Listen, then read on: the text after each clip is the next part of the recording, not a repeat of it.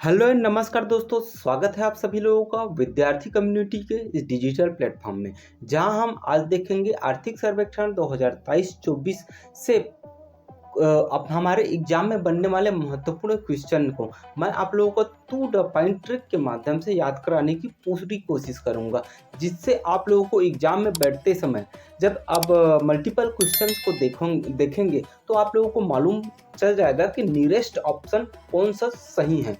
तो ये मैं पूरी कोशिश करूंगा। ये जो सरकारी अपना आर्थिक सर्वेक्षण आता है लगभग 400 से 500 पेज का रहता है। मैं उसे आप लोगों को 4 से 5 पेज में पूरी कंप्लीट कराने की कोशिश करूंगा।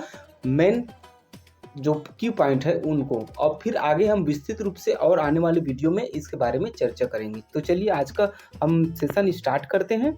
सबसे पहले दिया गया है कि भारतीय जो हमारी अर्थव्यवस्था में भागीदारी 2023-24 के अनुसार, तो हमारे जो टोटल किसी भी चीज़ को देखा जाता है 100% के हिसाब से, और उनमें कौन सा हमारे आप लोगों को ये मालूम होगा कि जो होती अर्थव्यवस्था को 3 भागों में बांटा गया है। प्राथमिक क्षेत्र, कौन सा क्षेत्र आप लोगों को मैं बता देता हूँ, थोड़ा सा आपको बेसिक बता देता हूँ। और वैसे आप लोगों को मुझे लगता है आप लोगों को ये सब मालूम होगा, फिर मैं आप लोगों को बता देता हूँ। देखिए, पहला होता है प्राथमिक क्षेत्र, फिर होता है द्वितीय क्षेत्र, फिर होता है तृतीय क्षेत्र। प्राथमिक क्षेत्र के अंतर्गत आता है कौन कौन सा आता है, आप लोगों को ये जानकारी होनी चाहिए। अगर नहीं भी होगी तो हम हैं बताने वाले हैं आप लोगों को। प्राथमिक क्षेत्र के अंतर्गत आता है फसल, पशुपालन, वनोद्योग एवं लट्ठे और मछली पालन। और खनन और उत्खनन जो होती है अपने प्राथमिक क्षेत्र के अंतर्गत नहीं रखा जाता, द्वितीय क्षेत्र प्राथमिक क्षेत्र के अंतर्गत ही रखा जाता है। लेकिन जब इसे वर्गीकृत किया जाता है कि अपना फसल क्षेत्र और उद्योग क्षेत्र और फिर सेवा क्षेत्र, तब इसे प्राथमिक क्षेत्र के अंतर्गत न रख के हमारे जो उद्योग है उन्हें रखा जाता है इसके अंतर्गत, फसल के अंतर्गत। ठीक है, तो हम ये सब बाद में चर्चा करेंगे। अभी हम एकदम मेन मेजर पॉइंट को, तो मेन मेजर जो पॉइंट है उनको हम अभी देखने की कोशिश कर रहे हैं। तो आप लोग वीडियो को बिना स्किप किए पूरा लास्ट तक देखिएगा, क्योंकि ये मैं एकदम सेलेक्टेड जो एकदम क्वेश्चन है उनको आप लोगों के सामने लाया हूँ। ठीक है, कृषि क्षेत्र की इसमें भागीदारी है 20.49%। उद्योग क्षेत्र की छत्तीसगढ़ की जो अर्थव्यवस्था है उसमें भागीदारी है 44.69%। वहीं अगर हम सेवा क्षेत्र की बात करें तो सेवा क्षेत्र का जो भागीदारी है वो है 34.82%। अगर हम इन तीनों को जोड़ेंगे, तीनों को अगर हम जोड़ते हैं तो ये होता है 100%। ठीक है, अगर हम तीनों को जोड़ते हैं तब यह जाकर होता है 100%। अगर हम विभिन्न क्षेत्रों की औसत वृद्धि दर को हमेशा पिछले वर्ष की तुलना में इस वर्ष कितनी वृद्धि हुई है उन क्षेत्रों में औसत रूप से, हम अभी देख रहे हैं औसत रूप से। फिर पर्टिकुलर देखेंगे कि फसल क्षेत्र में 2023-24 में कितनी वृद्धि हुई, पशुपालन क्षेत्र में कितनी वृद्धि हुई, उद्योग क्षेत्र में कितनी वृद्धि हुई। ये पूरा डिटेल हम आने वाले नेक्स्ट जस्ट वीडियो में देखेंगे। तो इसलिए आप लोगों से मेरा सजेशन है कि वीडियो को सब्सक्राइब करके रख लीजिए हमारे चैनल को, जिससे हम जब भी नया नया वीडियो कुछ डालते रहेंगे आर्थिक सर्वेक्षण या फिर किसी भी विषय के बारे में, जैसे छत्तीसगढ़ के पीएससी, व्यापम, रेलवे, इन सब के बारे में सबसे संबंधित हम वीडियो डालते रहते हैं। तो आप लोगों से अनुरोध है कि आप सब्सक्राइब करके रख लीजिए और बेल नोटिफिकेशन को दबा लीजिएगा, जिससे हमारे नए नए वीडियो सभी का नोटिफिकेशन आप लोगों के पास आते रहेगा। ठीक है, तो विभिन्न क्षेत्रों में औसत वृद्धि की बात करें तो पिछले वर्ष 2022-23 की तुलना में इस वर्ष कितनी वृद्धि हुई है औसत रूप से, कौन से क्षेत्र में, इन क्षेत्रों में ये देखेंगे।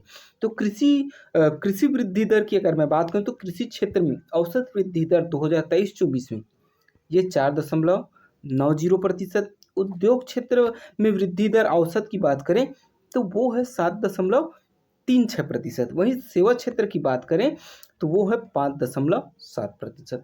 उम्मीद है आप लोगों को ये समझ आया होगा। नहीं समझ आया होगा तो मैं आप लोगों को एक बार फिर से रिकॉल करा देता हूँ। ये है आपका अर्थव्यवस्था में भागीदारी। अगर 100% हमारा 100 रुपये अगर हमारे छत्तीसगढ़ की अर्थव्यवस्था के कुल जीएसडीपी है, तो उनमें कृषि क्षेत्र का 20.49% योगदान है। उद्योग क्षेत्र की बात करें तो उसका योगदान है 44.69%। और अगर हम सेवा क्षेत्र की बात करें तो उसका है 34.82%। ये तीनों जुड़ के हो जाते हैं 100%। ठीक है। और यह विभिन्न क्षेत्रों में औसत वृद्धि। पिछले वर्ष अगर इसका योगदान 17.49 रहा होगा, अगर उद्योग क्षेत्र का 44.69 रहा होगा, इससे कम रहा होगा, तो उस हिसाब से कितनी वृद्धि हुई है अभी 2023-24 में, ये बताता है औसत वृद्धि दर। तो कृषि क्षेत्र का औसत वृद्धि दर 4.9%, उद्योग क्षेत्र का औसत वृद्धि दर 7.36%, वहीं सेवा क्षेत्र की जो वृद्धि दर है वो 5.7% है। ठीक है, समझ आया होगा। अगर नहीं समझ आया तो आप वीडियो को दोबारा देखिए, और फिर भी ना समझ आए तो आप कमेंट बॉक्स में कमेंट करके बताइए कि सर मुझे ये चीज़ समझ नहीं आया, यहाँ समझ नहीं आया, आप इसे एक बार और बताइए करके। मैं दोबारा आप लोगों के लिए वीडियो बनाकर डाल दूंगा, फिर आप देख लीजिएगा। तो इसके लिए ज़रूरी है कि आप सब्सक्राइब करके रखिए। ठीक, चलिए आगे बढ़ते हैं। उचित मूल्य की दुकान। आप लोगों को मालूम होगा कि छत्तीसगढ़ सरकार द्वारा जो है न्यूनतम मूल्य पर आप लोग छत्तीसगढ़ की जनता को क्या मुहैया कराया जाता है, राशन मुहैया कराया जाता है। तो यह मिलता है राशन कहाँ पास मिलता है, उचित मूल्य की दुकान, जिसे आम भाषा में सोसाइटी बोलते हैं, सरकारी सोसाइटी। ठीक है ना, मिलता है कि नहीं मिलता। तो उनकी संख्या कितनी है, ये पीएससी 2022 में पूछा गया था। ठीक है ना, यहाँ से क्वेश्चन तो पूछ रहा है कि शहरी क्षेत्र में कितने उचित मूल्य की दुकान है, तो 1856 है। वहीं ग्रामीण क्षेत्र की मैं बात करूं तो 11,903 है। शहरी क्षेत्र में कितना है, 1856, और ग्रामीण क्षेत्र में 11,903, दोनों जुड़कर हो जाता है कुल उचित मूल्य की दुकानों की संख्या है 13,729। अगर मैं छत्तीसगढ़ में राशन कार्ड की बात करूं तो वो है 76,54,000। इसे पढ़ते हैं 76, लाख जुड़ गया ना तो इसको पढ़ेंगे, इन्हें लाख पढ़ेंगे, इन्हें हजार में पढ़ेंगे, तो वो हो जाएगा 76,54,000 राशन कार्ड है हमारे छत्तीसगढ़ में। ठीक है। अगर लोक वित्त की बात करें तो राजस्व प्राप्ति कितना है, इकाई, दहाई, सैकड़ा, हजार, 10,000, इकाई, दहाई, सैकड़ा, हजार, 10,000, लाख, 1,06,073 करोड़ रुपये राजस्व प्राप्ति है। और राजस्व विभाग का अगर मैं बात करूं जो दिया जाता है वो 1,25,000 है, करोड़ रुपए है ना, 1 करोड़ रुपए में है। ठीक है। राजस्व अधिक्य की बात करूं, ये राजस्व विभाग नहीं है, एक्चुअली ये व्यय है। इतनी हमारी प्राप्ति होती है 1,60,000 करोड़ रुपए, और इतना व्यय होता है, ये विभाग नहीं है, एक व्यय है ना। ठीक है, व्यय है, ये व्यय है कितना, 1,25,000 करोड़ रुपए। और राजस्व अधिक्य है, आदित्य नहीं है, ये अधिक्य, थोड़ा सा प्रिंटिंग मिस्टेक हो गया है। जो विभाग है वो है, ठीक है, आप लोगों को समझ आएगा होगा कि ये जो होती है कितना हम, इतना हमें मिलता है राजस्व, इतना हम जो है खर्चा करते हैं, और इतना अधिक के रुपये है अपने पास राजस्व अधिक के, कितना, 3,500 करोड़ रुपये अधिक के हैं। ठीक है, चलिए आगे बढ़ते हैं। बैंकिंग गतिविधियों की बात करते हैं। 2000 मार्च देखिए, आर्थिक सर्वेक्षण जो है वो एक वर्ष पूर्व का डाटा रहता है, वहीं बजट में एक वर्ष आगे। बजट में ये बताता है कि हम आने वाले वर्षों में हमें जो जीएसडीपी मिलेगा उससे क्या क्या करेंगे, और आर्थिक सर्वेक्षण बताता है कि पिछले वर्षों में हमने क्या क्या किया, इसका ब्यौरा देता है। तो मार्च 2023 की स्थिति में अगर छत्तीसगढ़ में बैंकों की बात करें तो 47 है, और उनकी शाखाओं की बात करें तो 33-38 है। याद रखिएगा कि ये जो फैक्ट जो लिया हूँ मैं वो छत्तीसगढ़ आर्थिक सर्वेक्षण की सरकारी जो डाटा है वहाँ से, आप इसके लिए दावापत्ती कर सकते हैं अगर इनमें से कोई भी डाटा गलत हुआ तो। ठीक है ना। शाखाओं की संख्या कितना है, 33-38। वहीं एटीएम की संख्या की बात करें तो 34-91, मतलब 3,338 बैंक है, और उनके एटीएम की जो होती है वो 3,491 है, जिसमें कुल जमा राशि, ये देख कुल जमा राशि भी मैं आप लोगों को बता दिया हूँ कितना है, तो है 2,37,871 करोड़ रुपये में, 1 करोड़ रुपये में। ठीक है ना। वहीं आपकी बात करें तो प्रधानमंत्री जन धन योजना जो प्रारंभ हुई थी वो 28 अक्टूबर 2024 को हुई थी, और इस साल लगभग 10 साल हो गया प्रधानमंत्री जन धन जो खाता खुले। ठीक है। तेंदुपत्ता की बात करें तो 2023-22-23 तक अगर खरीदी की बात करें तो 15.83 लाख मानक बोरा खरीदी की गई है और इनका मूल्य जो 15 लाख 83 हजार लाख जो मानक बोरा की खरीदी की गई है, उनका जो मूल्य की बात करें तो 11,111.92 करोड़ रुपए उनका मूल्य होता है। तेंदुपत्ता को हरा सोना कहा जाता है जनजातियों में। और एक मानक बोरा में कितने पत्ते होते मालूम है? एक मानक बोरा में 50,000 पत्ते होते हैं। 100 के 1,000 बंडल, 50 के 1,000 बंडल होते हैं, तब जाकर होता है 50,000 एक मानक बोरा में। ठीक, और कितनी जो होती खरीदी की गई है? 15.83 लाख। चलिए आगे बढ़ते हैं। अगला है हमारा वानिकी के संबंध में वन। आप लोगों को मालूम होगा कि छत्तीसगढ़ की कुल जो क्षेत्रफल है 1,35,191 वर्ग किलोमीटर है। अगर आप मेरा पिछला वीडियो देखिएगा तो उसमें मैं पूरा विस्तृत बताया हूँ, ठीक है ना। और जो होती छत्तीसगढ़ का क्षेत्र 1,35,191 वर्ग किलोमीटर। वहीं अगर छत्तीसगढ़ में वन की बात करूँ तो ये 59,971 वर्ग किलोमीटर है।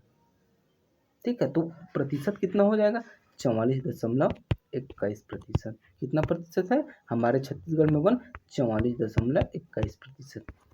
अब इन वनों को छत्तीसगढ़ शासन द्वारा 3 भागों में बांटा गया है। कौन कौन से? आरक्षित वन, संरक्षित वन और अवर्गीकृत वन। तो ये जो छत्तीसगढ़ में वनों का क्षेत्रफल है वो है हमारा 59,772 वर्ग किलोमीटर, जो 44.2% जो क्षेत्रफल कवर करता है। तो उनमें आरक्षित वन, संरक्षित वन और अवर्गीकृत वन का कितना प्रतिशत है और कितना उनका क्षेत्रफल? तो आरक्षित वन के अंतर्गत आता है 25,782 वर्ग किलोमीटर। ये इसको याद करने की जरूरत नहीं है, आप इतने 4 अंकों को याद कर लीजिए, 5 अंकों को, ठीक है ना। वहीं संरक्षित वन के अंतर्गत आता है 24,036 वर्ग किलोमीटर, जो 40.22% कवर करता है। और ये जो आरक्षित वन है वो 43.3% कवर करता है। वहीं अवर्गीकृत वन की बात करूं तो ये जो है वो 9,954 वर्ग किलोमीटर कवर करता है, जो जिनका प्रतिशत में अगर मैं बात करूं तो वो होगा 16.65%। अगर हम छत्तीसगढ़ में यूनिवर्सिटी कॉलेजेस की बात करें तो छत्तीसगढ़ में 9 शासकीय यूनिवर्सिटी को विश्वविद्यालय कहा जाता है। और निजी की बात करें तो वो 15 विश्वविद्यालय, ठीक है।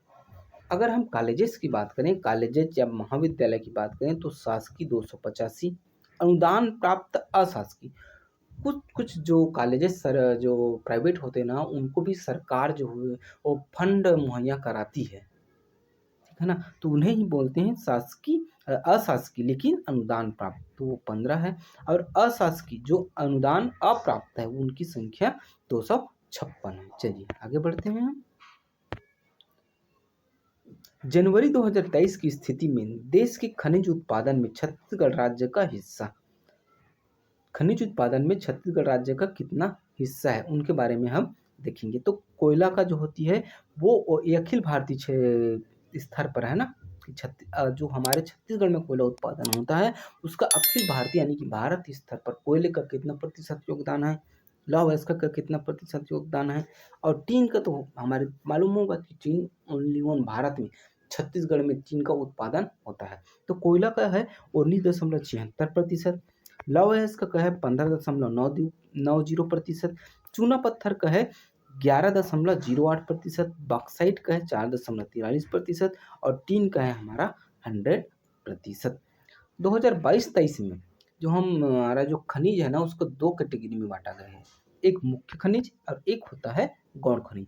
तो मुख्य खनिज का हमारे जो जीएसडीपी में योगदान है वो है 8,269 करोड़ रुपये। और वहीं खनिज जो गौण खनिज है उनका योगदान है 246.72 करोड़ रुपए। तो कुल अगर बात करें 2022-23 में, एक वर्ष पुराना है ये, ठीक है ना, तो कुल खनिजों से प्राप्त आय है वह है 12,941.33 करोड़ रुपए। ठीक, चलिए आगे बढ़ते हैं हम। छत्तीसगढ़ राज्य की 2022-23 में विद्युत उत्पादन क्षमता की अगर मैं बात करूँ सितंबर 2023 की स्थिति में, तो छत्तीसगढ़ में 2 तरीके से विद्युत उत्पादन होता है। छत्तीसगढ़ राज्य की ना इसमें ये योगदान है, इसमें एनटीपीसी का उल्लेख नहीं किया गया है, ठीक है? क्योंकि एनटीपीसी केंद्र सरकार के अधीन परियोजना है जिससे बिजली उत्पादन किया जाता है और छत्तीसगढ़ की अलग है जिसमें जो होते कोरबा पूर्व तेंदू मड़वा भाटा जो अपना जांजगीर चांपा में है, इससे 1000 मेगावाट की उत्पादन होती है। अपना ये हसदो बांगो मिनी माता 120 मेगावाट यहाँ से उत्पादन होते हैं। तो सीकासर परियोजना 10 मेगावाट, ऐसे इन सबको मिलाकर कितने जो होती है विद्युत उत्पादन होती है। तो छत्तीसगढ़ का कुल विद्युत उत्पादन की बात करें तो छत्तीसगढ़ का विद्युत उत्पादन में, चलिए आगे देखते हैं हम विद्युत उत्पादन। तो छत्तीसगढ़ राज्य के विद्युत उत्पादन कितने 2978। ये 2978 तब लेना है जब भोरमदेव शक्कर कारखाना में जो सह उत्पादन होता है 6 मेगावाट, उनको हटा दिया गया है क्योंकि इनका अब वो स्वयं विद्युत उत्पादन करता है और स्वयं उपयोग करता है, इसलिए उसमें सरकार का नियंत्रण नहीं है। लेकिन उसको अगर ले 2 ऑप्शन दिए गए, या तो 2978 देगा या फिर 2984 अगर ऑप्शन दिया है मेगावाट 0.70, तब उसका मतलब ये है कि उन्होंने भोरमदेव शक्कर कारखाना में से जो विद्युत उत्पादन होता है उन्हें जोड़ा है। अगर इतना दिया है 1978 तब भी आपको सही लेना है, ठीक है, याद रखिएगा। ताप विद्युत से 2840 मेगावाट उत्पादन होता है, जल विद्युत से 138.7 मेगावाट उत्पादन होता है और वहीं भोरमदेव शक्कर कारखाना से कितना होता है 6। अगर इसलिए मैं आप यहाँ पर अब उसको नहीं लिया हूँ क्योंकि इस बार हो सकता है कि एग्जाम में घुमाने के लिए एग्जामिनर है वो स्टूडेंट को घुमा देते हैं क्वेश्चन में, इस हिसाब से 1978 दे देगा, तब 2978 दे देगा, तब अगर 2984 नहीं दिया है तो आपको इसे लेना ही है, ठीक है। चलिए आगे देखते हैं 2021-22 में वितरण हानि की बात करें। वितरण हानि का मतलब होता है कि बिजली यहाँ से एक हर जगह तो बिजली का उत्पादन नहीं होता, एक सर्विस सेंटर में उसका स्टोर किया जाता है, जो फैक्ट्री है वहाँ जो उत्पादन संयंत्र लगाए हैं वहाँ से यहाँ तक सर्विस स्टेशन तक लाने में जो विद्युत की हानि होती है उसे ही वितरण हानि बोलते हैं, जो इस अभी जो 21-22 के अनुसार 18.3% है 53% है। वहीं प्रति कनेक्शन वार्षिक खपत की बात करें तो 2018-19 में 1072 यूनिट है। 2021-22 से सितंबर 2021 तक राज्य में लगभग 41.94 लाख उपभोक्ताओं को 548.77 करोड़ रुपए की छूट हाफ बिजली योजना के अंतर्गत दिया गया। ये योजना बहुत महत्वपूर्ण, हाफ बिजली बिल योजना के अंतर्गत लगभग 41.94 लाख उपभोक्ताओं को 548.77 करोड़ रुपए की छूट दी गई है। तो आप लोगों को यहाँ तक वीडियो देखने के लिए बहुत बहुत धन्यवाद। अगर आप लोगों को वीडियो यूजफुल लगा हो तो लाइक करें, सब्सक्राइब करें और चैनल को अपने दोस्त यारों तक शेयर करें। तो तब तक मिलते हैं हम नेक्स्ट वीडियो में, तब तक के लिए जय हिंद, जय भारत, जय छत्तीसगढ़।